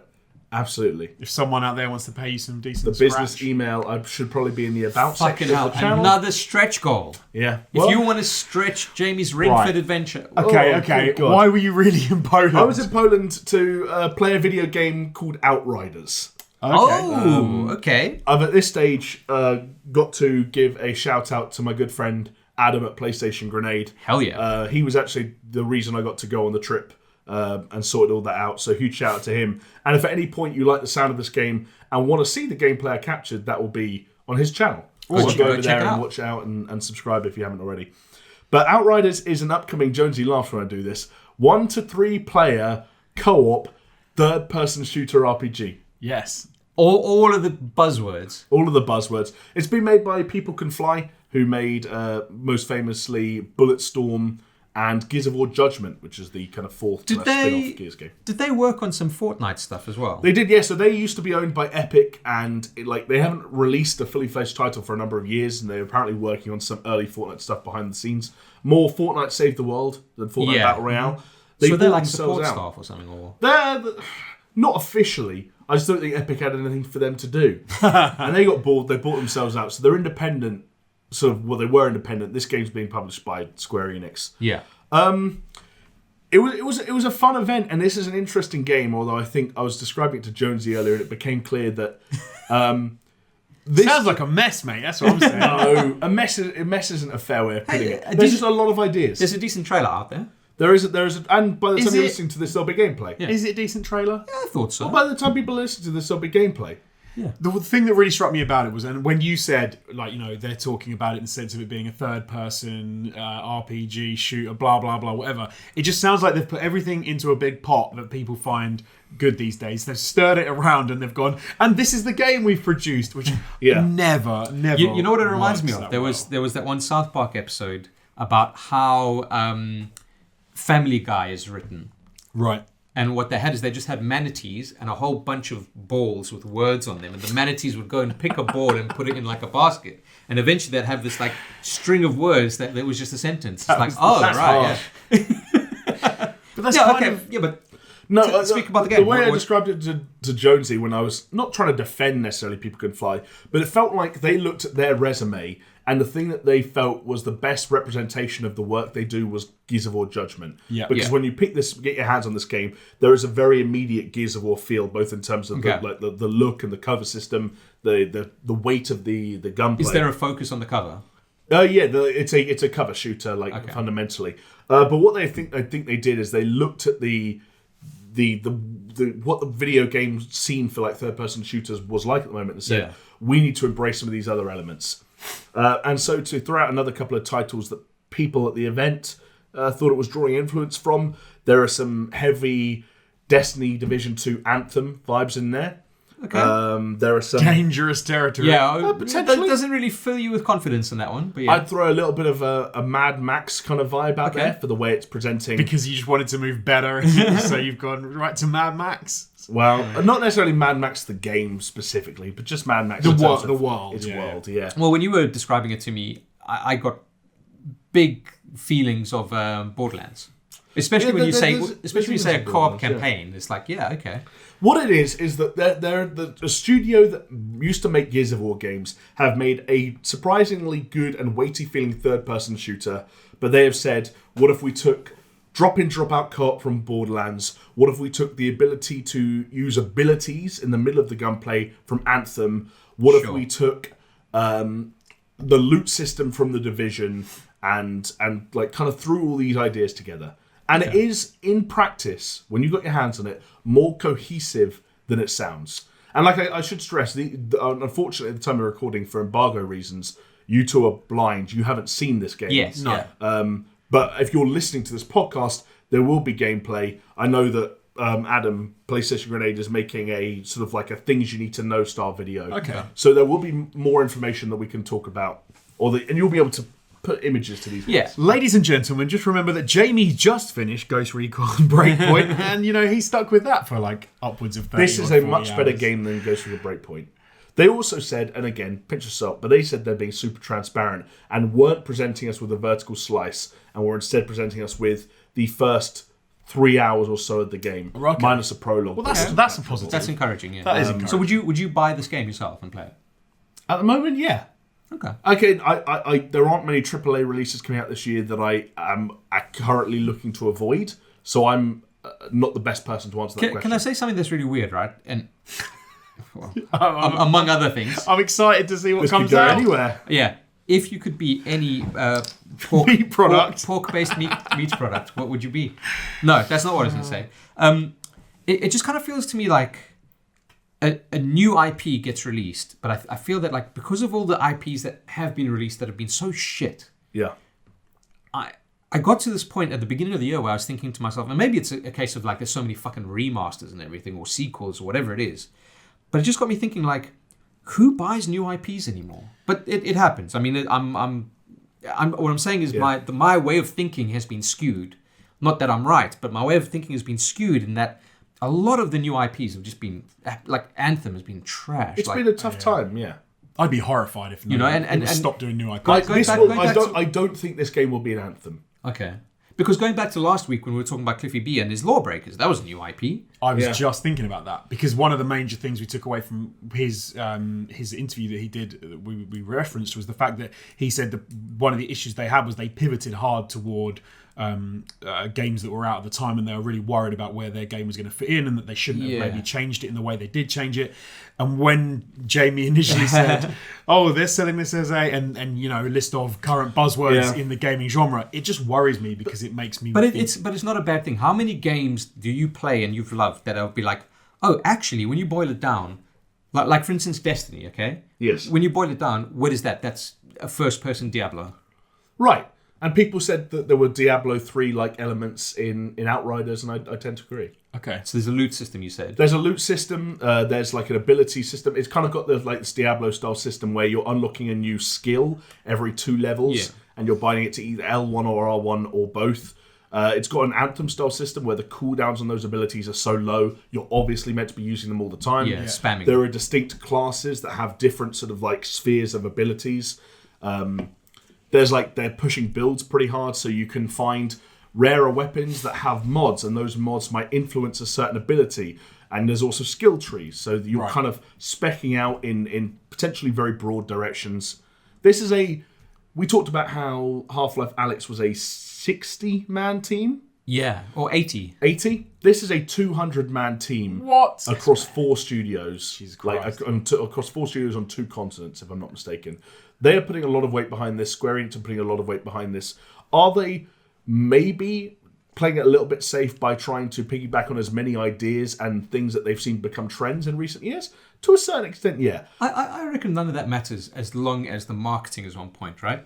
Like Yes. it all boils down to Marketing how well. they sell the game to people and funny. if people are interested in it. You can live or die on I was marketing, talking to can't Adam specifically about the marketing because we're scratching our heads a little bit that there was a reveal event in January, embargoed to mid-February, for a game that they are slating for holiday 2020. So this game could be as much as 9 months away. Right. And it's going to be a cross-gen platform, cross-gen title with PlayStation 5 and Xbox Series X releases as well. Okay. So it's like the game was kind of well polished, but they're starting their promotion cycle really early. Are they hoping to get like another push in at E3? And I think what they want to do, because this was originally slated for summer and it's technically been delayed. Yeah. I think what they want to do is they are hoping that in the release window for the new consoles, they can position themselves as one of the bigger third-party cross-platform releases that people go out and say, yeah, I'll pick up Halo Infinite and I'll pick up Outriders, or I'll pick up whatever the PlayStation, Horizon Zero Dawn 2 and Outriders. They want to be... That's not a bad proposition, right? Because whenever a new console launches, there's always like... There's so few games that release on a console that people just fucking buy it. Like, I remember the 3DS, I... Like, some of the shit that I bought for the 3DS, because that's all that was available. Even the PS4, like, I remember it was...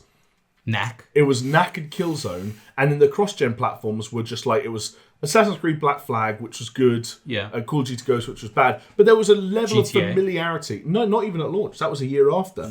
There was a level of familiarity to the third-party cross-gen titles that came out at the launch of the PS4 and Xbox One.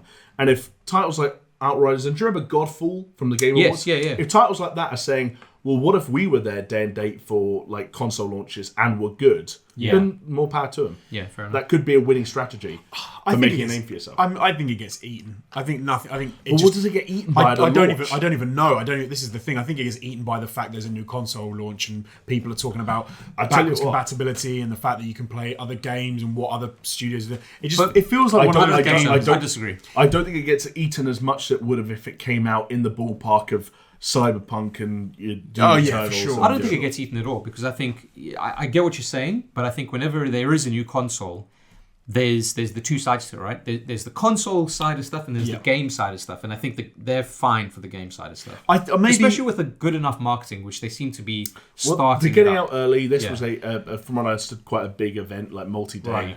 It feels like one of those games that just disappears into the ether, and then next year we forget it even came out. Maybe. Well, maybe not next, because it's coming out on holidays. You could be right. A year down the line, everyone forgets it even came out. Which it sucks. If it really is polished and it's fun and all of that, it's just I'll be interested to see the gameplay, because I was from going to say this cinematics, would be a different. I would wonder how different this conversation would be if you guys had either played it or seen the gameplay. But then the gameplay of Anthem in that slice that we all saw back in the day looked incredible. Oh, I was drooling. But can I tell you this? This is not being disingenuous. I've got no reason to be. There's no promotion or sponsorship or anything here. So I bought Anthem. When was it? Within the last 6 months. Yes. I played it for like 2 hours, put it down, and never wanted to. But I've felt no urge to go back to it at all. I've already played more Outriders than I've played Anthem. And if you gave me a choice right now of playing more Anthem or playing more Outriders, I'd play more Outriders. Okay. I don't think that's going to happen. That's positive then. I don't think that's going to happen. Okay. Well, look, that's actually a nice segue into some of the news items that we've got to cover today. Yeah. It's been a long podcast, but here we go. We've been playing games, folks. Yes, for a change. Okay, so news being that, well, Anthem is being fixed. Well, so they say. But I kind of feel like every month or so they kind of remind us, they're like, oh yeah, we're fixing Anthem. It's like, what are you doing? Yeah. Why haven't you just fixed it yet? Yeah, exactly. So Casey Hudson of BioWare actually put out a statement saying what they want to do. I mean, obviously it's all very kind of like outline stuff, but they're saying that they're going to work on Anthem. They're going to fix Anthem, and they're going to try and fix it from as foundational level as possible. Okay. But I don't know how that's possible, personally. You know the whole Warcraft thing we talked about recently? Yeah. I think this is going to happen again. They're going to do the fix, and everyone's going to go, Man. I thought you were going to fix all that shit. And they're like, we fixed as much as we can. Well, listen, adjacent to this kind of news is the Mass Effect lead writer, I'm probably going to butcher this, but Drew Karpyshyn? Sounds sure. You know what I believe? Chris? Yes. Yeah, or Krapyshyn. I don't know if I can know. But he basically started work at another place, whatever, and he put out this blog post. And in this blog post, among other stuff that he was talking about, he said this is verbatim here. We were less, talking about BioWare specifically, right. We were less able to make what we loved, and the teams were pushed to create games based on market research rather than our creative instincts and passions. My dream job became just a job, and I lost the enthusiasm and excitement I once had. Sounds like an indictment of EA, basically, and the environment with which BioWare were forced to make their games. And I'm sure you could draw the parallel with Activision and Blizzard. But anyway, what I find interesting about this is, if that is still the case, then all of this, what Casey Hudson is saying, it means nothing. Right. Because because it's a games as a service, right? So therefore, sure. at its very core, it's like This is a game where we want to drain people's money month on month on month. Yeah. So it's a game made with the intent of a business decision. Yes. What was weird to me about that, though, is if you look at all these companies and you have people, like he said, making games because it was what they loved, and that's what they wanted to do, just let them keep doing it. Don't come in and then tell them you're going to change how they work and then everyone becomes it just a job. When does that ever work? Especially with BioWare, when it just like the track record was fine. Like, why change it? Yeah. What did you think you were going to get? Like more money? You're going to get more money out of it by changing how they work. But you also would have thought that like you come out of and the reports at the time were that you'd come out of Andromeda, and you'd say, all right, we learned our fucking lesson. We tried to do it that way. That's not the way to do it, so let's do it this way. And that's the communication was that. It was like, oh, don't worry. Anthem is the one that the reason why Andromeda failed was because all the good talent went to Anthem to work on it. I was like, well, actually, that was a fucking lie. Yeah, they all just quit. PR, yeah. Do you know what I mean? Like, I don't know. Yeah. And then I heard reports, and well, it was a tweet and a screenshot saying that like, don't know how this is going to work when they haven't even taken down the Christmas decorations. Oh, I saw that from Anthem, and that was as recent as like within the last week. Yeah, it's pretty. I think the amount of people working on like current Anthem, events and sort of store updates. It's just Geoff in the basement. Well, it could be an incredibly small team. Yeah, absolutely. And if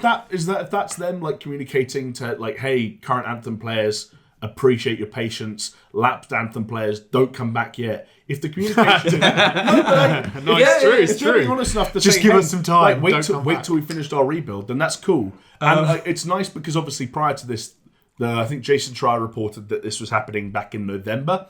It's nice to get the official word. Looking at the statement though, there's one thing, if I can actually draw some quotes, that kind of concerns me. Right. Which is that it's from the last. Starting with the last paragraph of Casey Hudson's statement, he says, creating new worlds is central to our studio mission, but it's not easy. Sometimes we get it right, sometimes we're getting it wrong. Focus on creating new worlds. But when you go to the paragraph that talks about what they want to do, what they want to redesign, they talk about, quote, specifically working to reinvent the core gameplay loop with clear goals, motivating challenges, and progression with meaningful rewards, while preserving the same fun and flying in a vast science, blah, blah, blah, blah, blah. Those are conflicting ideas. By reworking the gameplay progression and the loop and the rewards, you don't create a better world. No. Yeah. The world of Anthem will still be boring. The story of Anthem will still be boring.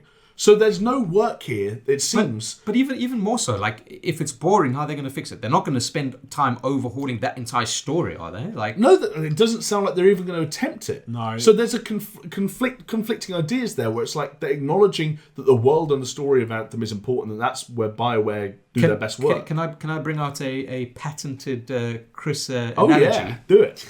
It's like building a fucking amazing hotel resort with fucking strippers on every floor and as much monster as you can handle and I like this resort. No, but you know what I mean? It's like one of those, but it's built on a swamp. I'd still go. I'd still go as well. Would you? Yeah, because there'll be times when you're inside the resort, surrounded by four walls and a ceiling and a floor, and like you're like, yeah, this is great. Yeah, but you go to sleep and you wake up, and then you actually wake up in a swamp. Can I make it a slightly different analogy? Yeah, because it's more like going to a shitty hotel that has got like bad staff, bad decor. The reception when you go into is not great, and it's like a 3-star hotel, and you're like, well, do you know what? I'm not going to spend my money on this place ever again. And then they go in and they put some new bed sheets in. I'm gonna do a different analogy. Ooh, hold on, can I take that analogy and take it one step further for a second? Yeah.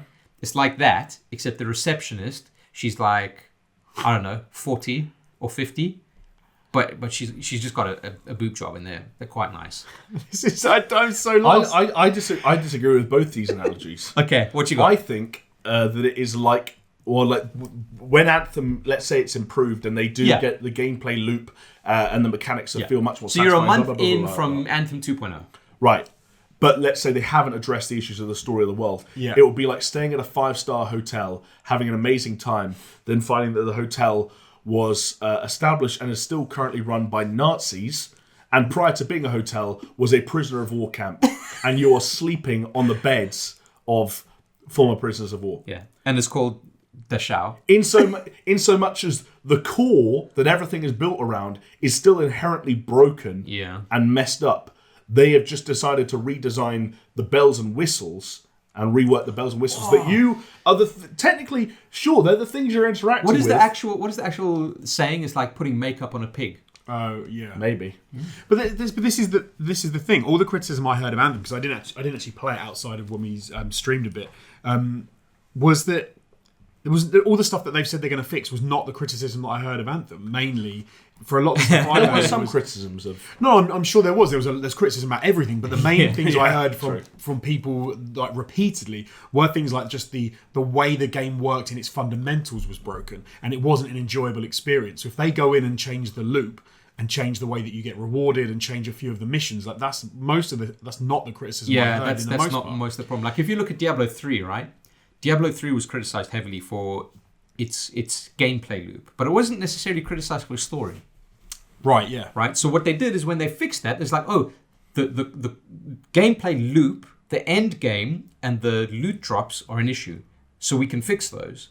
And then, hey, guess what? It's a decent game. Yeah. Right. But you can't necessarily do that with Anthem because it is so inherently just weird. Yeah. It's also very interesting to see a statement like this being made, because we're used to, at this point, developers or publishers acknowledging where they've gone wrong with certain games. Yeah. But most of the time, games are kind of fixed over a period of time. You take like a No Man's Sky or a Destiny or a Division or a Diablo 3. Witcher. They kind of just Witcher like... 3 yeah, exactly. Yeah. They seal their lips and they get to work. This is one of the first times I can think of, like to this degree at least, that someone of significance within that team has come out and said, hey, look, it's wrong, it's being fixed. And essentially, like you said, creating this idea of an Anthem 2.0. And the reason I think that's fascinating is because on day one, when Anthem 2.0 comes out, or whatever they're going to call it, comes out, if people go back in and have problems and it's not good, then you've put a second bullet in your head. Wouldn't you just cut your losses? To make a point here, okay, so I've just gone on Reddit to r/Anthem the game, all right, trying to find out how many players are playing this game. Yes, can't remember. It's kind of hard to find exact numbers, but there is a post here from 10 months ago, fellas. Anthem is around 350 to 400 players concurrent. What?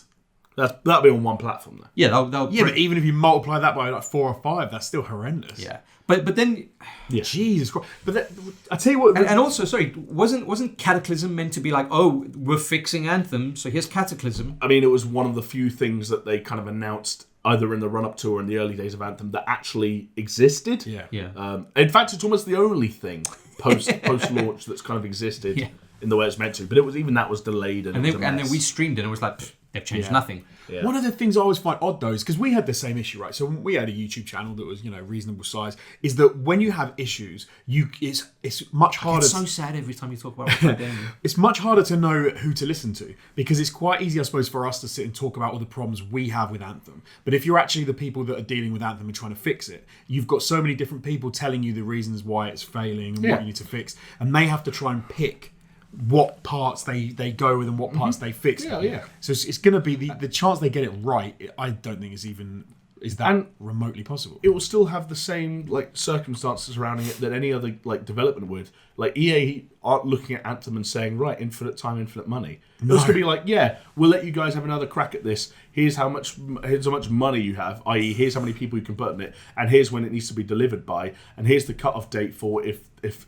this line crosses this line, we abandon this game. But it's such diminishing returns, though. Like, even if you look at No Man's Sky, which they've improved that game so much. Drastically, yeah. But, compared to the amounts of players that played the game when it first came out and it was broken, or, well, not broken, but it was just bad, compared to each and every time that they've said, here's another update that improves it, here's another update. It's always less and less. But it wasn't even bad, though, when it came out. It was different. It was different wasn't from what it they was said. sold. Yeah, it wasn't what it was sold as. The problem with Anthem is a lot of it is just bad. A lot of it's broken. Like the way that people were finding that they couldn't even get into matches, or then they weren't. Yeah. I remember you had a hot panic when you were trying to figure out why am I just flying around? No, hold on. It was not clear. I played that game and I did not get. We played some of the beta together. Do you remember when we played Anthem? And we enjoyed it. We had fun with some of that game. So there is a core there that can be fun. Can I tell you? Is it too broken? An example of where at its core it has gone wrong. Yeah. You go into a mission, you play the mission, you pick up this loot. Yeah. And you can't equip the loot until you go back to like you pick shit up, and it's like, oh, you've picked up like what was the infamous thing? Oh, Jura's Wrath. Right. Okay, And then have they fixed that? They've changed some stuff. Like you can do. You remember there was like the place where you went to change your loadout. Yes. Like that's rather than being like a place of the person you had to go and talk to. Yeah. That's like a menu tab now. But can you do that in a mission? I don't think you could do it from in a mission. But see, like that's But stupid. you can still now. You can, I don't know. Do you still have the awful hub world that you have to sort of slowly walk? Yes, through the walking speed was improved, and there's like a sprint. You now. can run. That's Yeah, it. literally you can. That game, there's maybe this is like the Ghost Recon breakpoint within me, but like if one of you two messaged me tomorrow, I was like, look, I bought Anthem because it was £3. Do you want to just play the campaign together? I'd do it. I nearly bought it the other day. I was so close to buying remember. it. remember I told you to. You messaged us on WhatsApp. Well, look, let's fuck it, man. Let's move on from Anthem, but let's keep it in EA, right? Just a very quick one. Sure. EA is moving Need for Speed production from Ghost Games back to Criterion, and Ghost Games is going to change to EA Gutenberg. Oh, Gutenberg. Okay. And there are 30 roles at risk of being made redundant. Why? So, okay, I've been playing some of Need for Speed Heat. I've quite enjoyed. I've enjoyed it. I thought it's been pretty fun. I wouldn't argue that it's a Need for Speed game that is less good than any of the recent ones come out. I'd say it's one of the best ones that I've played for a while. I'd echo that. I'd say it's probably one of the better non-underground games. Which seems kind of a strange move to me. I mean, it's EA. At the end of the day, it's business, right? Yeah, and I also think you probably. I don't know what the sales have been like for Heat. I remember reading some reports that suggested they were okay, but I think EA are maybe just looking at the situation. Like Criterion have got a fantastic pedigree for racing games. Obviously, lots of people are still very fond of the Burnout franchise as an example, but have been in a weird place for a long time. Like they were working for a long time on the Battle Royale mode inside Battlefield 5. Right. And maybe I think EA were just kind of evaluating what their studios were doing and were like, look, maybe we trust Criterion more with the future of Need for Speed than we do Ghost Games, who have had, let's face it, 3 cracks of the whip. And for as much as Heat might be the best of the 3, still not good enough for that franchise, in my opinion. Yeah, fair enough. And like people are saying Heat's okay. Need for Speed and Need for Speed Payback were not good games. Yeah. No. So they're batting. They almost, if you give them the benefit of the doubt, batting 1 for 3. Yeah. But if that's a trajectory, right? If the next one they release would be even better and would bring people Yeah, back, but give it to Criterion. They're owned by EA. They're owned by EA aren't EA. in the business of giving a studio 4 cracks of the whip to make a halfway decent game. It seems like an odd. Maybe it's not then, but it seems to me a slightly odd time to do it when you're going to give it to Criterion and try and be like, oh yeah, now you guys make a good one. What if they turn out some horseshit because they haven't made one for EA apparently are willing to take the risk on what if they made horseshit because BioWare's still making games. BioWare made Mass Effect Andromeda and Anthem, and EA have greenlit a new Dragon Age. But you almost have to look at it and say BioWare is fucking BioWare. Like Ghost Games, what did they do before? Were they created for Need for Speed? Yeah, they were.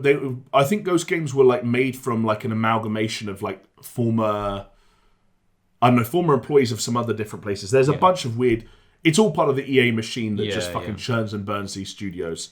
I can't remember where they came from. But there's something telling me it's like former black box employees that might have been a part of Ghost Games. It's fucking brutal. But if you like, for instance, if you Big take games is brutal. Respawn out of EA, what games other than FIFA or the sports titles, EA Sports, what games have they got that have been successful? Sims. The Sims, yeah.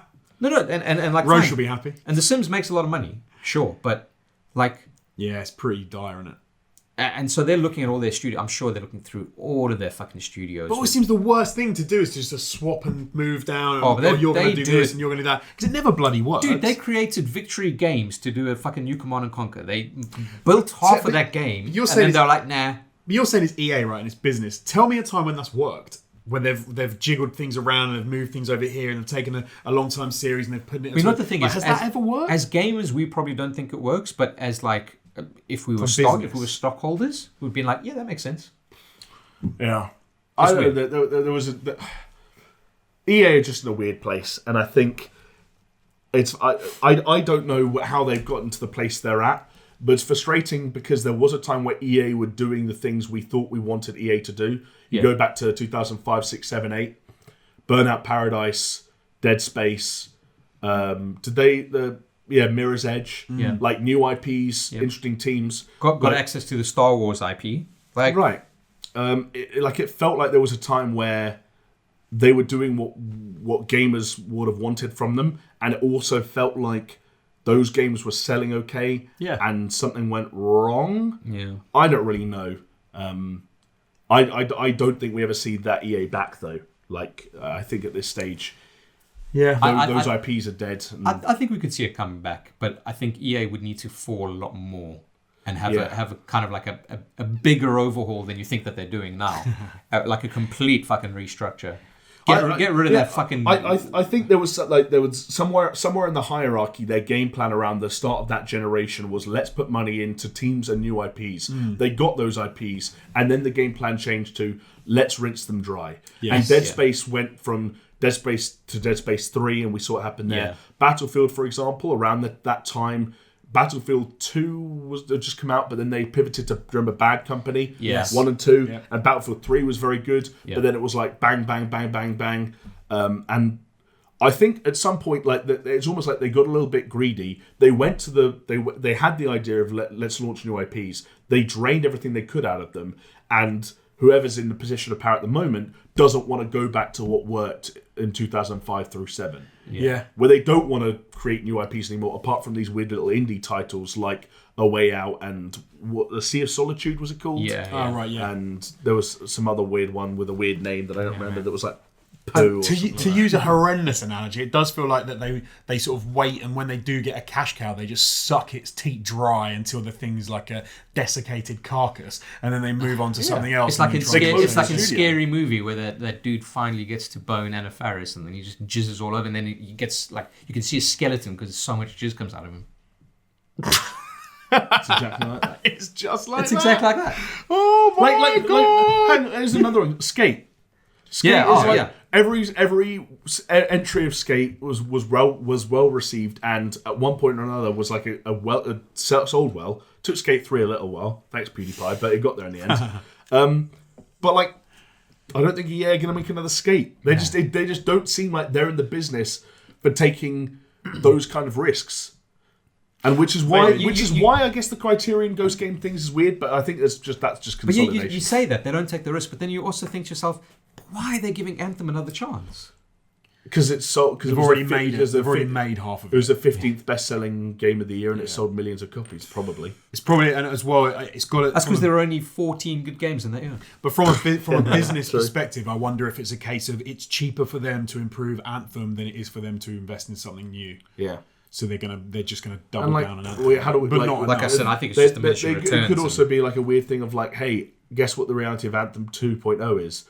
95% of BioWare are making a new Dragon Age. 5% of BioWare, like a fucking rounding error on their spreadsheet, are fixing Anthem. Right. And if they do a good enough job, 10% of players return. 10% of players is actually 1 million people. 1% of those 1 million people is 10,000 people. They all spend money. That's all they need to do. $5 million. With $1 million. I don't know. Those are rough. Numbers, son. Made up numbers. The one thing I can say about EA is I think they, when it comes to like business stuff, I think they're quite savvy. So yeah, I'd imagine that. They make money. Okay, we talk about very quick thing before we go on to the last little segment there. But Geoff Keighley's not going to be at E3 this year. The first time in 25 years that he is skipping. He is not hosting the Coliseum. He's not doing anything. And I have a statement from him here. That's shit to do. Oh, I had one. This was it's a now statement gone. he made directly to the SuperShow. Chris reached out for comment. This it's is like yes, Jeff? Yes, I'll tell him.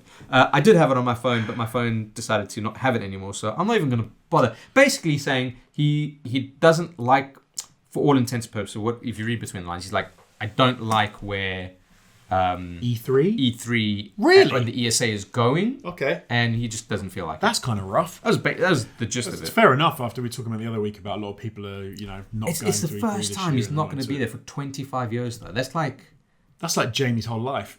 Yeah. Nearly. More or less. I'm 26, yeah. That's mad. Anyway. That's kind of mad. Don't really need to discuss that. Just thought I'd mention it. Yeah, it's another indictment of E3 and the ESA at a time when it didn't really need it, which is a shame, I hope E3 can pull through. Anyway, The last bit of news I want to talk about. You're going to love this, Alex Jones. There is a new Prince of Persia game. Hey! And it's in VR, and it's an escape room. It was the series of like each penny dropping as I clicked on links and kind of figured out what was going on was great. Not just because I could have a little laugh about it, but also because I knew as soon as I told Jonesy, I would have another little laugh. It would crush your soul. It is called Dagger of Time, and it's an escape room experience, as it were. So I've got a little thing here. The Dagger of Time challenges players to explore, virtually climb, and use magical powers to solve puzzles with room-scale VR in a dedicated physical space. I'm going to get this totally wrong now. Who's making this? Ubisoft, yeah. Because they did have a VR Prince of Persia experience that Roche and I got to play at E3 2 years ago. Yeah, I wonder if that was a prototype for this then. So that's what I was thinking. Definitely wasn't Assassin's Creed. Because there have been two Assassin's Creed VR experiences. Oh, maybe it is Assassin's Creed. Oh, he's fucked it. He's pulled the Jones. But it's irrelevant because the point I was going to make was the experience was very much like a contained. It felt like escape roomy level thing. It was very well designed. It was actually a very clever way of utilizing like room scale and things like that. I think now you said I think maybe it was Assassin's Creed. But it's irrelevant. It's irrelevant because it feels the fucking same. It's irrelevant. I love it. We're just being quiet, and Jones is just going in circles with himself. It's Egypt. It's Egypt.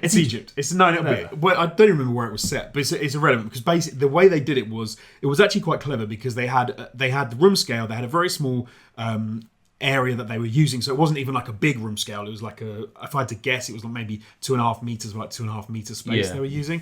And the way that the level was designed meant that you didn't really realize that you were going back on yourself.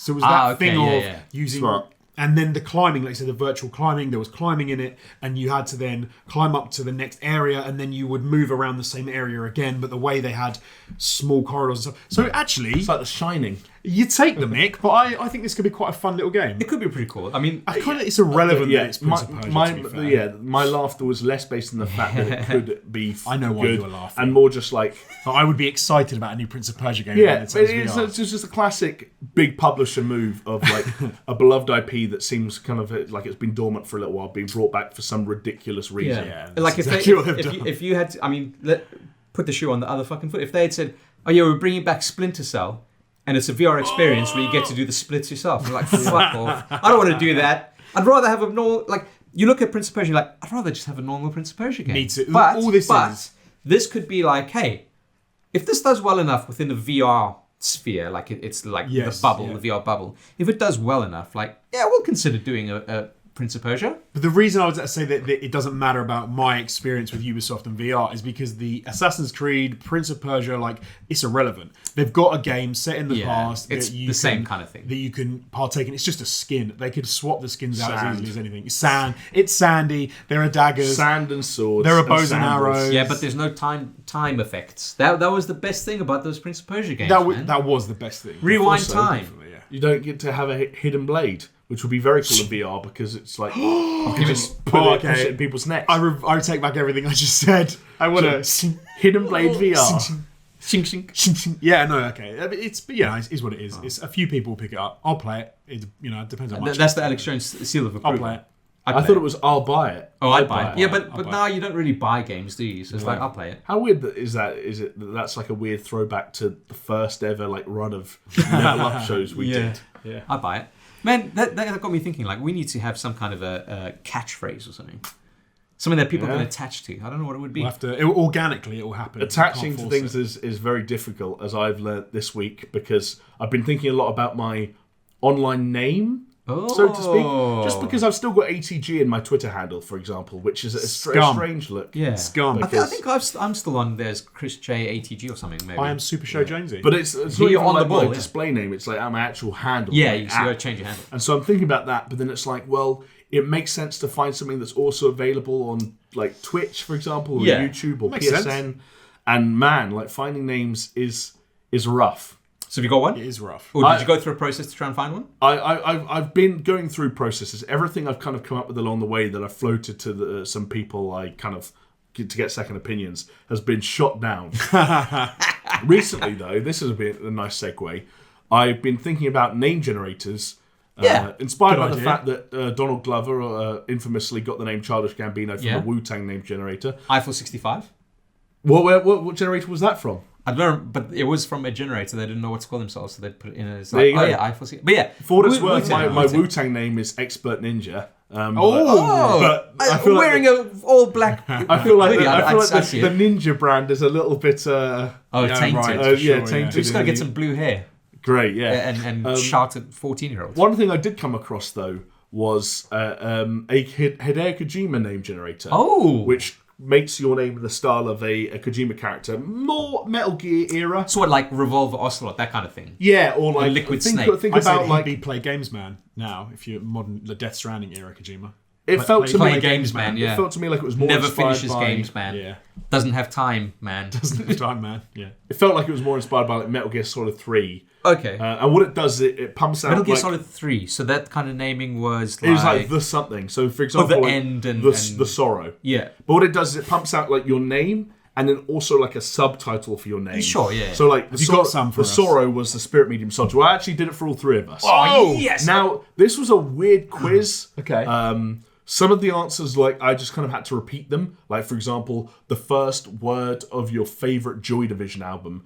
First of all, I don't have one. Secondly, do I fucking know yours? No way. So all of our answers. We for always that talk was- about Joy Division. all Yeah, our answers totally. for that was love. So Sure. love will tear us Okay. apart. And there was some weird stuff like, the name of your first pet. Excuse me, the breed of your first pet. Right. And if you didn't have one, what would you want? Which I know Jonesy's current dog breed, but not Yeah. first. Chris, I have no idea, so I just put dog. See, mine would be cat. If I first. Really? Yeah. So that's why this is weird. Mine would have been a Staffy. Oh. Weird. Okay, My family's been big So into this is going to be Staffies. completely off. That's Basically, fine. we've all A bit of got fun. we've all got a base name and then 3 optional subtitles. Like- We've got a cool subtitle, a horny subtitle, or an occupational subtitle. Do you know what I want to know is what you put down as your the pet that you would have had because you Silverback? gorilla Yeah. because notoriously you don't like animals. You definitely don't like dogs. Yeah, but gorillas. I've got an animal that's closest to me. you're gonna so I live can with a relate. gorilla. Yes. Jesus Yes. Christ. yes. Have you ever seen Steve Irwin? He practically fucked gorillas. And look, he's doing great. He's doing great. He's still going. He's doing Yeah, great. totally. He's Yeah. still- Yeah. Yeah. Okay. I'll start with our names. Yeah. Some of these are a little bit weird. Like, for example, Chris, your name is the Old Rifleman. I like it. The old. The Old Rifleman. I don't hate it. The old rifle. I mean, being called old hits me in the feels. I don't know where the word "old" came from. That might have just It been just around guessed. the generator. It doesn't say Jonesy. that. Jamie just decided to add in old. No, Jonesy, your name is the Tank. Oh. Which, again, like to give you an idea of what the quiz is, that's not actually a physique reference. Right. That's based on a piece of military equipment that you think looks cool. And I said your answer was tank. and you said rifle for Chris. Yeah, rifle for Chris. Right. My name, this is ridiculous, but it's the Overweight Death. Hold on. What military equipment is called the overweight death? It's not guaranteed. It Oh, generates right, based on right, the stuff. The overweight So like death. that is based on the word overweight came from me describing my current physique. Sure. And the word death came from an intangible fear. You have to give an intangible Overweight fear and a death. tangible fear. Right. So, okay. like- I'm sad that I didn't get to see what Jamie put all the answers for these questions Yeah. for us was. Like, what is my intangible? Maybe for a Patreon video, we just got to sit through these I can't even generators. remember. It was most of them were just like generic, like loss or death, and like Oh, okay. Was it like a drop down thing and you select? no, I had to type it in, but I just okay. was super generic for you guys. Sure, yeah. So then we have like Okay. remember your base name and Yeah. then your subtitles. You have a choice. Jonesy, you would either be you'd be the Tank, which would either be the big debating dance man. That's the one! The You big don't even debating- need to say the that. big That's the debating dance one! man. Okay. The solid Alaskan Malamute, What? Okay. or Malice post production man. Malice post production man. I think I preferred the first one. Yeah, it's the So first one. Jonesy is the Tank, big debating dance man. Big debating dance man. Chris, reminder, you're the Old Rifleman. The old rifleman. So you could either be managing joy man. Managing joy. Get ready for this one. Naked cancer dog man. What? Naked Cancer Dog. Naked because like it's doing a Metal Gear thing. Cancer because it's your star sign. Yeah. And dog because that's what I said your first pet was. So Naked Cancer Dog Man. I like it. Or Misty Senior Editing Man. Misty. Where did Misty come from? Because I had to do a rhyming word and I said Chris rhymed with mist. Oh, okay. There you go. That's where like? that's where I Matt like is. the Cancer Dog one. Yeah, it's the So Chris, you're the old rifleman, and subtitle Naked Cancer Dog Man. Naked Cancer Dog Man. Just imagining me naked holding a rifle and there's a dog by my side. I think it means you smoke. And a smoker. Smoke, because that's what Yeah. you know. I got a raspy voice. Yeah. Right. The old I got a rifleman, and he smokes too much. I got a and that's why it's carcinoma, called yeah. Cancer Dog Man. So I was again the overweight death. My 3 subtitles were Chomping Love Man, Eating Silverback, or Big Eating Editor. They're all linked to eating. What's that. the first one? What was the first one? Chomping Love Man. I like that. Yeah, you're a chomping lover. Not better than Big Eating Editor. No, Nah, Chomping that's Love the Man. least favourite. So I'm the overweight death, Chomping Love Man. Yeah. Yeah, and you said there was a third iteration of like another tagline or something? Oh no, I ran through all of our Oh, okay, options. yeah. So we each had 3 potential subtitles. So good. So I am the tank, big debating dance man. Chris is the old rifleman, Naked Cancer Dog Man, and I'm the overweight death, Chomping Love Man. I love it. This is great. So you can see, though, why none of those might be appropriate. I can tell you that at the time of recording, Overweight Death is available as a Twitter handle. Oh! But I think that might be a bit much. That's Yeah, one of those hold ones on. What where- happens if you Overweight death. finish Ring Fit Adventure and you're fucking super skinny? Then And it's there's like- ironic. Yeah, Then it's true, perfectly then it's ironic. ironic. But also, like, I don't know, I feel like Or what you'd if he have to dies have the from it? caveat every time. Also of- works. Yeah. People would say, like, I'll follow you on Twitter, what's your name? And I go, Overweight Death. And I'll be like, what? And I go, oh, I did a Hideo Kojima name You've got to generator. explain. And they'll be like, right. Yeah, I was hoping for something like Childish Gambino, but Overweight Yeah, Death. well, Overweight Death. as was I. Hence why I did the quiz. Although, to be fair, it's a great rap name. If Yeah. you're in the Insane Clown Posse, Overweight Death. The ICP. ICP. What are they called? Like Insane Crazy J or something like that. I don't know. Shaggy 2 Dope. That's one. Shaggy 2 dope. Wow. But yeah, I thought. I think we've got to do that as a Patreon. We'll just go through a number of name Well, can I generators. also just appeal to the good nature of the listeners and viewers of this podcast Yes. and say, if you have any ideas for me. Oh, yeah. So I've given up on something based on my name because it's all fucking taken. If you've got an idea for what Overweight Death should be Yeah. called on Twitter, Hit Jamie up or hit us up at SuperShow Pod on Twitter and Yeah. Instagram if you're interested. Comment section on YouTube, all those good Yeah. places. Or directly to Jamie. Sure, yeah. Guys, I think that's probably a good place to end it there. It has been a fucking... This is probably going to be Oh! the longest podcast we've put out on the a Super Show. behemoth. And maybe even the longest podcast we've put out like since we've been podcasting. Wow. Across It must like all-time be, yeah. gaming and Super Show. But yeah, Lucky you. thank you so much for listening if you're listening on a podcast platform or watching if you're watching on YouTube. If you're on one, then why not check out the other? I'm going to say that. Yeah. If you're on YouTube, don't forget to like, comment, and subscribe. If you're on iTunes, give us 5 stars because this is a 5-star podcast. Ching. One thing that we did last week, which I thought was quite successful and quite fun, was we had a code word for people that got Oh, this wow. far into the podcast. How do we reward these people? It's got to be Overweight Death. Yes, it does have to be overweight. If you're at this point in the podcast and you've stuck with us this long and you want to make a comment, you want to ask us a question, anything, just prove you got to the end. Yeah, I guess put you could in- say any of our Overweight Kojima Death. names. Actually, yeah. Put your favourite of them, I guess, maybe. And maybe tell us what yours would be as That's well. audience interaction, right? Yes. Actually, where did you get that name generator? I googled Hideo Kojima name generator. It was like the second result. Right, people. Do Second result, Kojima name generator. We want to see what your We Kojima wanna know names yours. are. So hold on. So let's just recap.